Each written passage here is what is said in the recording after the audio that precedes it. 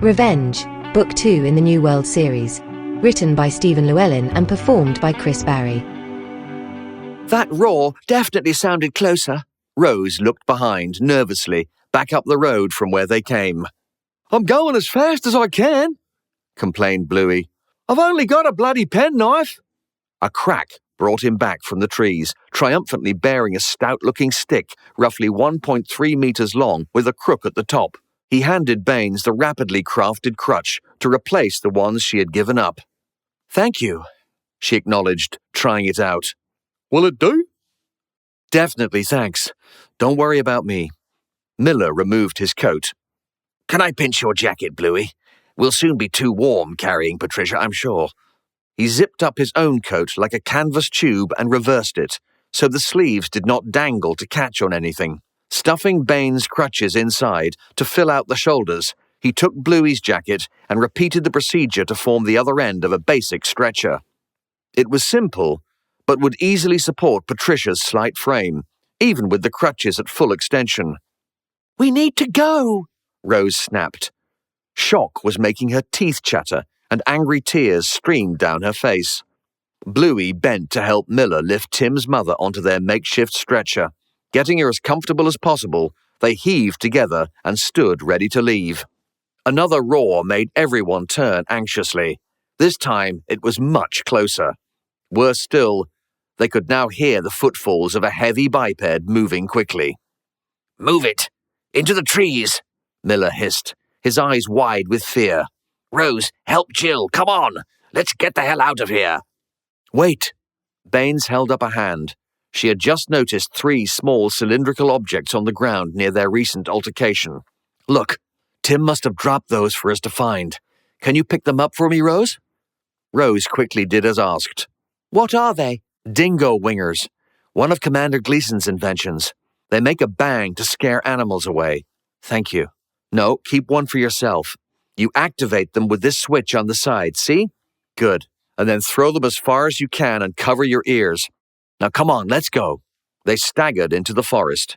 It was rough going with Injured, but despite their hurry, they could still hear the unmistakable sounds of heavy pursuit over the cracking and crashing of their own passage through the bush. The trees were not as densely packed in this part of the forest as Miller would have liked. He felt sure that a determined effort, even from a very large creature, would probably see it break or squeeze through the foliage. If their pursuer was indeed the creature he feared, the effort would likely be most determined. They had foxed it on several occasions already. Maybe this time their luck would run out. "Don't think like that," he chided himself. "I've got to get my daughter out of this, and my friends. Damn it, why didn't I leave her with her mother? Here we are, fighting for our lives, and I'll bet Lara's most pressing concern at this moment is whether the fine weather we've been having means it's time to break out the summer palette from her makeup bag." He broke off that line of thought too. It led only to resentment. Besides, a roar of what sounded like annoyance, back where they exited the road, suddenly had his entire attention. Even with Rose's help, Baines was falling steadily behind. She was also beginning to feel a little woozy. Whether this was due to the strain of her injury, or perhaps the more general stresses of their situation, she was unsure. "Rose," she panted heavily, "you must catch up with the others." Rose wore a queer expression, somewhere between terrified and mutinous. "I'm not leaving you. Come on!" "No, Rose. Listen to me," Baines tried again breathlessly. "If you don't apply pressure to Patricia's wound, she will bleed out and die. Only you can save her. The men literally have their hands full, and I need my arms just to get around. Please run and save her. Go! I'll be fine, I promise. Save Tim's mum." Rose now added confusion to her repertoire. "You're not lying to save me?" "I swear," Baines assured her. "Go, please." Rose nodded, extricated herself from Baines's underarm, and sprinted lightly forward to catch up with her father and Bluey, already 6 or 7 paces ahead. In the lead, Miller spotted a rocky outcrop through a gap in the trees, roughly 50 meters east. The ground sloped generally upwards to meet it. "That way," he nodded, calling over his shoulder to Bluey. Rose caught them up and dutifully applied pressure to Patricia's gut wound. The injured woman moaned. She's coming round, said Bluey. We need to get her out of the way fast, mate. Miller agreed, but saved his breath for their run at the slope. The dinosaur sniffed the earth. Still not far from the road, it tracked Patricia's injury like a bloodhound, investigating the brush to confirm her scent. The branches were thinnest nearer the ground, and once found, it lowered its head to see beneath them, gaze scything through the forest like a searchlight, seeking movement. Spotting its escaping quarry, it took a few steps forward to quickly become entangled in the lower canopy. The restricted space would usually have turned the creature back, but the whiff of blood on the air drove it onwards, to begin smashing a pathway through the trees. The fleeing humans could hear sounds of destruction closing from behind, but were already tiring and unable to increase their rate of climb. As Miller drew nearer the rock face, he could see evidence of a scrambleway, climbing about 10 meters to the top. With a glimmer of hope, he pushed on, soon reaching its base. After the briefest inspection, the men eyed one another with concern.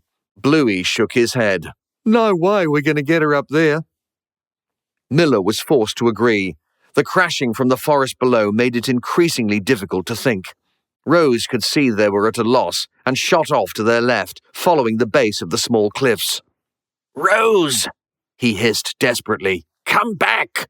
Bringing up the rear, Baines's vision was beginning to blur. She was developing a temperature too. Whether the cause was her broken leg or something she had picked up, she was starting an infection. Well behind the others, she could see the animal pursuing them. It moved slowly, lack of space and visibility making it cautious. Were it not for her fractured shin bone and the giddiness she was experiencing, she could have outpaced it fairly easily under these conditions. Up ahead, she could see through a gap in the trees to where the others stood at the foot of a low cliff, about 20 meters further east of her position. She suspected the animal would catch her before she reached them. Miller and Bluey seemed to have stopped. She could not see Rose. Neither could she tell whether they waited for her or were simply unable to proceed. Either way, if she made for their position, she would only bring them unwanted company. Ahead and to her right, a small group of trees grew in a tight cluster. Time to test this thing's problem-solving abilities, she muttered to herself, trying to keep desperation at bay. She made it to the trees in which she hoped to entangle or at least confuse the animal, and waited. The dinosaur was very close now. Within seconds she could see its head parting the foliage. She could see it, and it could see her. Better make sure. Hey! Over here, you ugly brute! Bluey turned in astonishment when he heard Baines call out. What's she doing? Miller looked down sorrowfully. Something incredibly brave. A crashing through the brush nearby got their attention. Rose! He cried in relief. Shh, Dad! Sorry, he whispered. Rose beckoned. This way. I found a small gap in the cliff. It won't take all of us, but it'll hide Patricia while we lead that thing away. They scrambled after her, struggling sideways across the slope with their ungainly burden. Presently, they came upon a cleft in the rocks. Bluey grinned. Rose, you're a genius. Quick, let's tuck her in there. Baines's ruse seemed to have worked, and the creature came on. She waited as long as she dared before darting, as well as a one-legged woman could, between the tightly knit copse. Her strength was failing. Running on nothing more than adrenaline and a bad temper, she tripped over a root to fall headlong about 2 meters past the crescent line of trunks. She turned quickly, but was forced to stay down as the trees creaked alarmingly.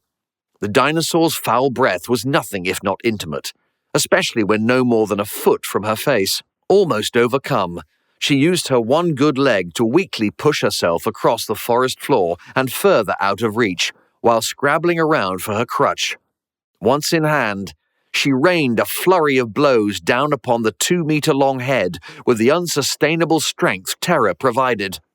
It repeatedly lunged at her, but the effort only jammed it more tightly between two of the trunks. Pressing her crutch back into service as a prop, Baines managed to regain her feet, but could only stare in shock as the creature raged, reaching for her. The moaning trees were making sounds of imminent failure, but she was afraid that if she moved, Her attacker might get the idea that it too could simply walk around the obstacle, pinning it in place, and that could only end their game even sooner.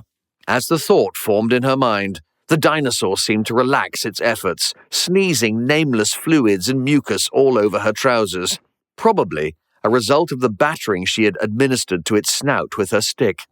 However, before she could bellow her disgust and condemnation of this latest attack, she realized that the animal had just worked out what she had feared most. It wriggled and shuffled back, extricating itself from between the trunks with depressing ease. Almost calmly, it sidestepped, craned its head around the trees, and in what was undeniably a crow of victory, roared. "Oh crap," Baines muttered, and summoning the last of her courage, hollered back, "No one likes a bad winner."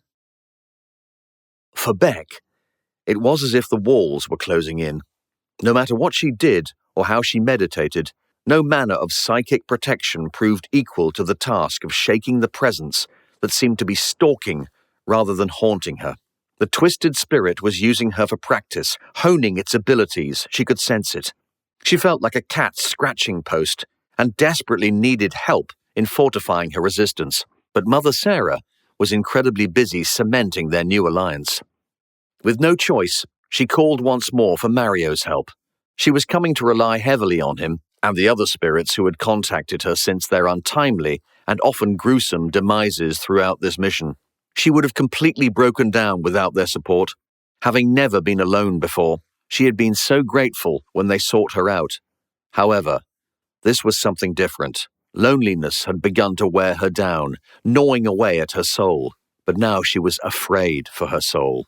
This thing that pursued her was too powerful. She was terrified and had no one among the living to whom she could turn. They were all so busy and would probably think her crazy anyway.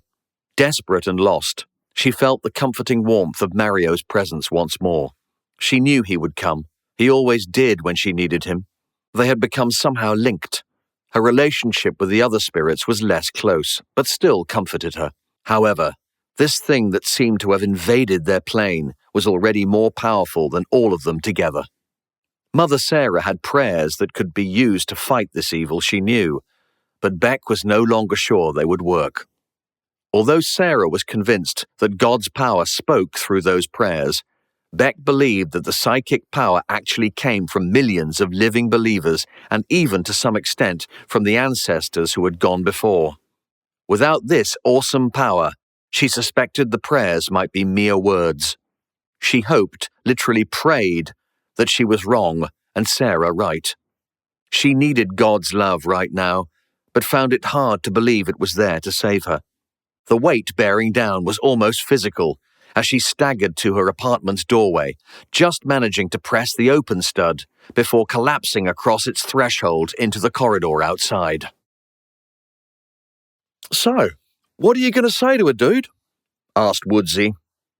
"I don't know," Henry admitted. "She said Ma was lying. I don't know if I can let that go." "No, she didn't," Woodsy scoffed. "Rose said she was mistaken, seeing what she wanted or expected to see rather than what actually was. You can't tell me you think that cocksedge is on the level." "Okay, so why would she make up being punched in the face by Major White?" "Because she's twisting things to suit her own ends, dude. She's a politician, one of the slimy ones who suck people in. The Major's never struck me as the sort of bloke who goes around bashing Sheilas. Besides, if he'd really landed a one, I reckon he'd have left marks to show for it. More than a bit of a convenient nose fountain. Don't think I'd want him to hit me. So you think Ma's making it up as well, huh?" Woodsy raised his hands in a calming fashion. "Look, mate, this isn't my place to say, but I reckon you need to hear it. You and your family have been through a lot with your old man, right?" Henry tensed, but then blew out his cheeks, relaxing slightly. "I guess. So, that said, dude, I reckon your mum's pretty susceptible to being influenced by someone like Coxidge. Someone who's allegedly suffered at the hands of a man and is now trying to stick it back to him, you see? She's bound to defend a woman like that." Woodsy placed a companionable hand on Henry's shoulder. "Don't get me wrong, if I believed any of this, I'd be right behind her. Everyone hates a bully, right? Whatever form they take. But I'm sorry, I just don't buy it, mate. It's not that I doubt your mum's sincerity, just her take on what happened. Henry looked thoughtful. So what do you think Ma saw then? Look, your parents arrived just after what happened, right? So I reckon the Sheila heard them coming. Let's face it, your old man's not subtle, is he? She thought quickly, saw an opportunity and took it. Anyone can palm themselves in the nose to create a tiny injury that looks like a bloodbath, mate. Kids have been using that one to skive double maths since forever. Henry was becoming increasingly troubled. I can't let Ma down, dude. Dad doesn't believe her either, and I know she was making secret plans to move out an apartment share with Alison Coxedge, before she was arrested, that is. Yeah, well that's another thing, mate. They arrested her for treason. They don't throw stuff like that around for punk and the vending machines. That's serious, dude. Many countries back home don't even have treason laws anymore. It's heavy duty, mate. That could just be a smokescreen to get the Major out of trouble, Henry retorted, but his confidence was waning. Woodsy held his head in his hands, wondering if he was banging it against a wall. He tried again patiently. Mate, she was contacting the enemy behind our backs, only to offer peace talks. All right, let's say that bit's true. It doesn't mean the rest of it's what it seems. I'm no expert, but I reckon I'm pretty good at reading people. And I think that Coxedge would happily sell us all out so long as she came out right. Henry began to protest again, but Woodsy held up a hand to forestall him. Let me finish, dude. All I know is this. I wouldn't let a girl like Rose go based on anything that woman says. Rose hasn't said anything bad about your mum. She just thinks she's wrong. She's got a right to that opinion, mate. Is it worth losing her over? Rose slipped and screamed. Flailing, she managed to grab a vine creeping up the rock face. Bluey made sure of his handhold before twisting to offer her his other hand.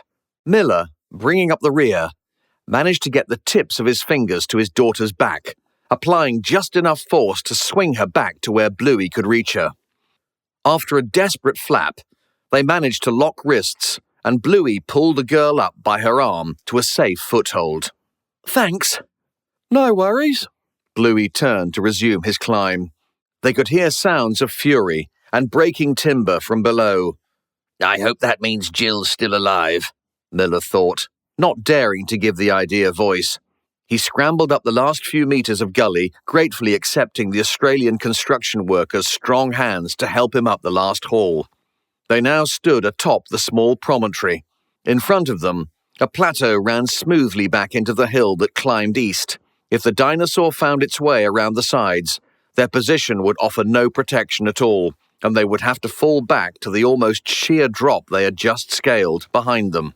Things sounded bad out in the forest below, too. Miller looked down anxiously. We can't just leave Jill down there. I know, Bluey agreed, quickly reaching a decision. I'm going back for her. I'll come with you. No, mate.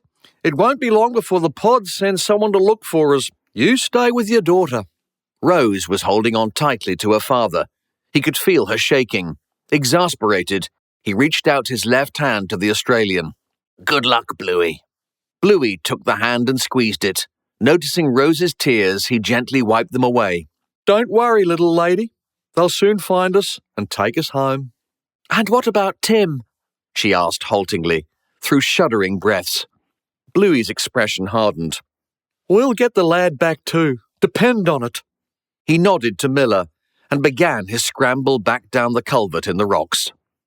Rose looked up into her father's eyes. Dad, I've got an idea. Baines hobbled backwards, her wits almost completely scattered as she looked around with the dull eyes of pain and despair. The creature advanced. Now it had her, and the pressure was off. It seemed interested to find out what she was before it dined. Despite its size, the head bobbed in a very bird-like manner, sniffing as it swayed from side to side to get a better view of her. The long tail swished gracefully, naturally contra to the head, providing perfect balance. And despite her terror, Baines was awestruck by the majesty of the creature. Without realizing where she was going, She backed into a tree. End of the road, huh? The sound of her voice made the dinosaur hesitate, momentarily confused by such an alien sound. Struggling with nausea, Baines nevertheless managed to ask clearly and loudly, "What are you?" A deep belly growl came from the creature in response. "I guess that's the small talk over then, right?" She shrank against the bark at her back. Closing a fist around her faithful crutch, she raised it in one final overture of bantam defiance, when a loud bang rang off the cliffs to the east. Judging by the volume and echo, one of Gleason's dingo wingers had been dropped against the rock face. The beast roared and stepped back, turning to face the interruption. "Hey, you ugly galab-brained rooter! Over here!" Bluey was shouting and jumping up and down, waving his arms around. "I remember you from the last time, and I know what you are. You put the tit into Tyrannititan, you stinking mongrel!" His taunt seemed to work, and the scar-faced veteran theropod matriarch, now known as Matilda, launched herself after him. Sam Burton was in a meeting with one of Meritus's staff sergeants when the door to his office chimed. "Come in," he called. An operations tech put her head around the door. "Sorry to disturb you, Dr. Burton. You asked me to let you know when the deadline for the transport's arrival from the New World expired." "They're still not here?" "Afraid not. Do we give them a little longer or send a search vehicle?" Burton shook his head. "We were warned not to wait if there was a problem. Thanks, I'll deal with it." The woman left. "Please excuse me for a minute," Burton apologized as he opened a comm channel to Major White. "White here." "Ford, it's Sam. We've heard nothing from the transport, and they've missed their ETA." "Okay, Sam. What do you suggest?" "Bluey specifically said they would be here within 1 hour, and if they weren't, we should send someone to look for them and not hang around." "Right, understood. Leave it with me. I'll put together a search and rescue team immediately." "Nice one. Burton out." Major White was also in a meeting with Captain Meritus. He turned to his new ally. "Captain, remember earlier when we were talking about good faith?" Baines almost collapsed after her reprieve, but relief was short-lived, and she quickly realized that the burly young Australian may well have just signed his own death warrant to save her. Coming to her senses with effort, she called out, but it was too late. It seemed the creature was easily distracted and had fully committed to taking the new bait. All her rescuer could do now was run like hell, while hoping to heaven for a stay of execution. When the loud bang initially distracted the dinosaur, it also jogged her woolly memory about the other two devices. "Thank God I gave one of these to Rose," she remembered, fumbling in her pocket for the dingo wingers. At least someone's thinking clearly. Bluey made a beeline for the scrambleway they found up the rock face earlier. He was fairly certain Patricia Norris was still safely tucked away, but even so, did not wish to take the monster anywhere near her position just in case. The animal smashed its way through the trees behind him, seemingly too angry to notice the damage she was also inflicting upon herself. The trees ended several meters before the rocky outcrop, creating a long, crescent-shaped clearing that followed around its base. Bluey was no more than 4 meters above the ground when Matilda caught up with him. Over hasty, her first lunge went wide, missing him by mere centimeters. The snap of massive jaws closing right behind him, teeth knitting like monstrous shears, gave the Australian all the encouragement he needed to leap up to the next foothold. Unfortunately for him, the dinosaur was old for her kind, and experienced. Certainly no stranger to prey attempting to leap away from her. She judged his next move perfectly, and leapt too, a relatively small motion for such a giant creature. With one foot firmly transmitting her weight to the ground, the movement was nevertheless enough to snag Bluey's clothing. He screamed as he was dragged bodily from the rock face and flung to the ground. "No!" Baines screamed as she limped towards them with all the speed she could muster. Bluey flew past the rocks to see softer ground racing up towards him. Before he could register this good fortune, he hit the steep incline and rolled pell-mell down the bank. By the time he came to a stop, He had struck his head several times and lay still. Baines threw a dingo winger, giving it everything she had left. It landed on the ground near the dinosaur's splayed, three-toed feet. As the creature stepped back, the device rolled down the bank into one of her own meter-wide footprints. She stooped to investigate the strange gift when it went off, causing her to roar and rear away from the blast. Senses temporarily overloaded, she spun to crash her head into the rock face with shocking force, causing a small avalanche of stones to dislodge themselves. Roaring in obvious distress and pain now, Matilda turned away from the cliff, shaking her massive head to clear it. That was when she spotted Baines once more. Still a little dazed, instinct took over, and head lowered, claws grasping, jaws wide, she fell into the unmistakable posture of murderous intent. During the ruckus, Baines noted that Bluey had vanished from sight, buried by the dense underbrush further down the bank. She returned her attention to the dinosaur in time to see the Tyrannotitan's chest expand in preparation for a deafening roar. Baines held her own breath as she sensed it building, but when it came as a deflated and almost comedic whimper of indignance, as a large rock struck her on the head from above. "Get lost!" Rose screamed, bending down for another stone. "Go on, get out of it!" Her father joined in, also hurling anything he could lift at the creature. The dinosaur's incandescent rage had, within moments, been replaced by confusion and distress, due in no small part to the anesthetizing effects of her skull's collision with the rock face. Staggering slightly, she moved away from the missiles to regroup, but when the roar of jet engines battered the treetops from high above, she gave up and slunk back into the forest. Even in the Cretaceous period, there had to be easier ways to get a meal. Within moments, she was gone, the final cat-like flicks of her tail offering redundant advice that anyone following her would regret it. Baines's head swam, blurring her vision completely, and she fell to the ground unconscious. Revenge, Book 2 in the New World series. Written by Stephen Llewelyn and performed by Chris Barrie. New installments are uploaded weekly. Don't forget to subscribe, and if you enjoyed this episode, please leave a like or comment. Visit the link in the description for free New World companion stories, available for download as ebooks.